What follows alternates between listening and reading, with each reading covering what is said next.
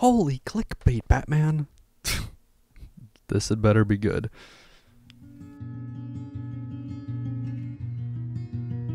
Lots of discussions on Reddit about the story of Guild Wars 2 has ultimately brought me to an unusual discovery about how I felt about the game. Like, at its launch, it got a lot of praise because it was innovative and groundbreaking, and sure, it spoiled me as a gamer, but as a person I feel it's done something more than that. When images for the maps for Path of Fire were leaked, I definitely didn't stop myself from taking a look, and being the lore nerd I am, I knew immediately what I wanted to look for. I noticed a few familiar locations I was excited for, but the one that stood out in my mind was Heroes Overlook, or the outpost known as Augury Rock in the original Guild Wars. I remember it being a place that was very serene and yet grand, with a wonderful view of the lake and the looming plateau that housed the Hall of Ascension. I couldn't wait to return to that beautiful area once more to commemorate its history. When Path of Fire was finally released, I got the chance to explore it for myself. And I was sadly disappointed. Not only was the grandeur of the old site not maintained, it was spat upon. Like, the lake was dried up, the view was hazy with sand blowing around, and there was no peaceful spot to enjoy the ruins. It was filled with mindless ghosts that served no real purpose, and the rock itself was surrounded by dragon corruption. I was upset. This isn't what I wanted. Augury Rock deserves so much better than this. This is a testament to the world of Guild Wars 1, and a beautiful reminder of simpler times. But instead, it's treated like some garbage pit filled with enemies. What the fuck? And I'd like to say that's when it hit me. But no. It took a few weeks before I realized that's the point. Now, I can't speak for ArenaNet's intentions.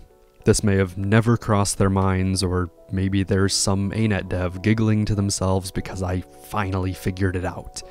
I have no idea, but let's assume this is intentional. The original Guild Wars game sets up a pretty engaging fantasy world. Along the way, you pick up on the cultural mindsets that go along with it. You learn to love the gods and probably even have a favorite. You learn to fear the mysterious nature of the Mersat, who have simultaneously abused the human race, and are also the only reason it has survived the Char onslaught. And overall, you learn that the mists are deep and full of mystery and opportunity. And then 250 years pass to arrive in Guild Wars 2. It's subtle at first, but the further we explore, the more obvious it becomes. The world is broken. Everything we once believed in has failed us. The curtain is being ripped open to reveal one painful truth after another. Some of the earliest examples a player is likely to encounter take the form of ruins. The once lush manor of Duke Baradin, the sacred grounds of the Temple of Ages submerged beneath a swamp. Any veteran of the original game will see these and sigh.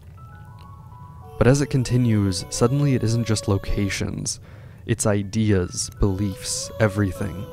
The Mersat are manipulative cowards, and their legacy died with them. The gods have even abandoned us, fleeing from the mists to places we can't even conceive of, because they know they can't do anything to save us.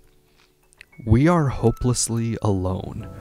If this story gets a happy ending, it's because we made one for ourselves. And this is why this game is so important.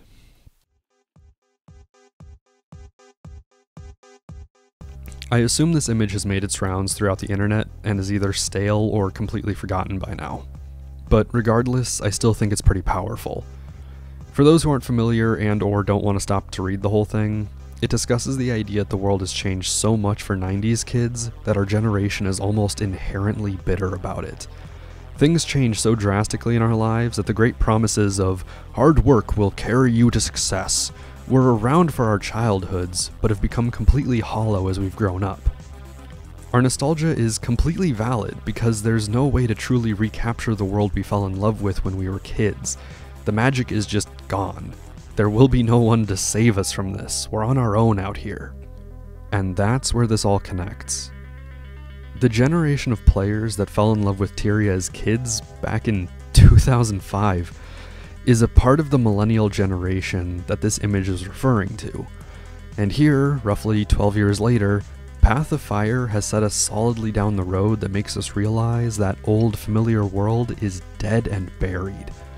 Our nostalgia will never be satisfied because the game never gives us back that world we lost.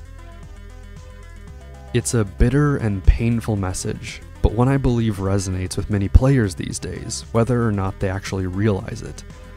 Guild Wars 2 is meant to mourn the passing of that old world of magic and benevolent gods, just as we have grown to mourn the passing of what made our own lives magical so long ago. And yet, there is a glimmer of hope. A glint of hope, if you will. Like I said, if this game has a happy ending, it's going to be because we, as the commander, fought through all the heartbreak and hopelessness to get to victory. The world is so fucked up that it will require a lot of change to get us there. The world doesn't have to be gloomy. We each carry with us a remnant of the past in the form of Aurene. Carrying on Glint's legacy, she reminds us that our faith doesn't have to be misplaced. But she can't do this without us. We can't let our bitter nostalgia warp and twist us. But we can't toss it by the wayside either. We have to carry it, nurture it, and fight to make sure our nostalgia turns to inspiration for the future. And maybe someday the world will be a brighter place for it. Dawn's just a heartbeat away, my friends, but we have to keep fighting for it. See ya, Space Cowboy.